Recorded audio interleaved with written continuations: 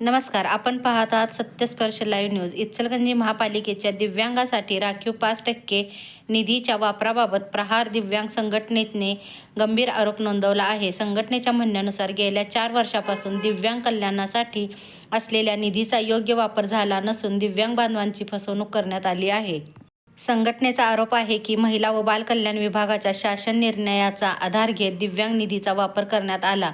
मात्र संबंधित जी.आर. दिव्यांग कल्याण योजनेस लागू होत नसल्याने हा निधी खर्च करण्याची पद्धत चुकीची असल्याचे संघटनेचे म्हणणे आहे. या संदर्भात 17 जून रोजी महापौर उदय धातुंडे आणि उपआयुक्त कुंभार यांच्यासोबत बैठक झाली.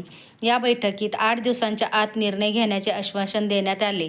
मात्र दिव्यांग 5% निधीबाबत योग्य निर्णय न झाल्यास 1 जुलैनंतर इचलकरंजी महानगरपालिकेविरोधात उच्च न्यायालयात याचिका दाखल करण्यात येईल, असा इशारा प्रहार दिव्यांग संघटनेने दिला आहे. यावेळी प्रहार दिव्यांग संघटनेचे अध्यक्ष अनिल विजय नगरे, जिल्हा उपाध्यक्ष सुनील पाटील, उपाध्यक्ष इरफान बागवान, हातकणंगले संपर्क प्रमुख दादू सुतार तसेच अनेक दिव्यांग बांधव उपस्थित होते.